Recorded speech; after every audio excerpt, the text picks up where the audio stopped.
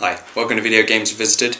Today's review is going to be a game that I've always wanted to play ever since I was a child, and I'd see it all the time in stores, but I never owned a system that I was able to play it on. Granted, this mild obsession was based upon the Genesis version, but today we're going to be playing Rise of the Robots on the Game Gear. Developed by Mirage and published by Time Warner, Rise of the Robots is a fighting game with a typical robots have taken over the world sci-fi story. This is down to a virus spreading through all of the robots, and you play the role of a cyborg who is the only unaffected robot and is set out to rid the world of this virus. There are two different game types to choose from.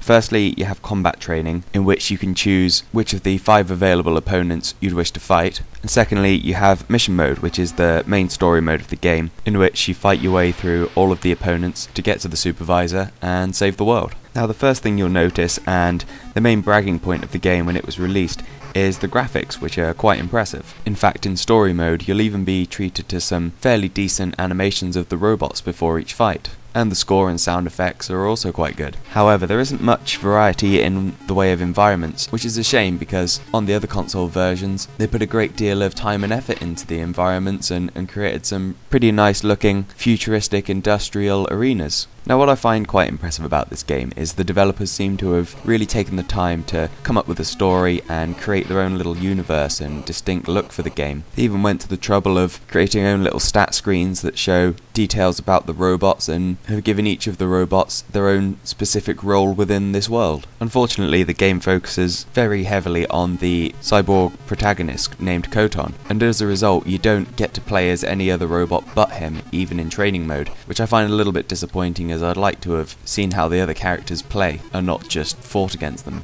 As far as combat goes, it's incredibly weak really. The game was very proud of its AI when it came out and boasted about it quite heavily. Unfortunately, this artificial intelligence appears to consist of the robot just running at you and mercilessly attacking until you manage to get in a couple of hits and cause some damage. And once the robot realizes it's in danger, it just backs off and sits in the corner, very rarely making its way back over to you, which really doesn't do much for creating an intense, satisfying fighting game. Now, the moveset for both you and the AI characters is incredibly basic. It simply consists of punches and kicks at various heights, a flying headbutt and a shoulder barge if you press back and either punch or kick. The ability to charge up your attacks by holding punch and kick at the same time has been included. The idea being you can use this when the enemy's not attacking you and then lash out with a powerful attack to take off some health.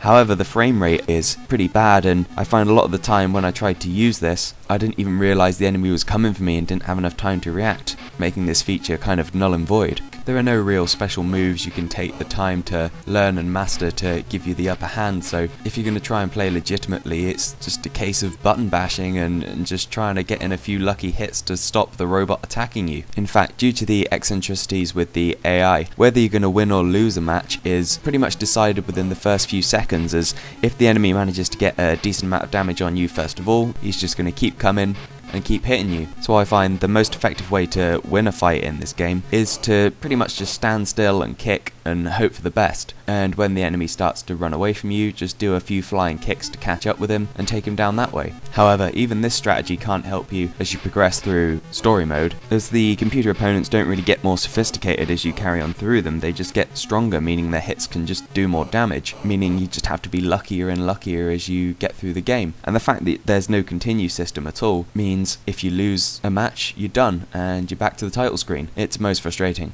Okay, so that's about all there is to see here. In summary, Rise of the Robots is a pretty unimpressive fighting game. It's all flash and no substance at all really, and I'd personally recommend avoiding it if at all possible. So, thank you very much for watching, and I'll see you next time. Take care.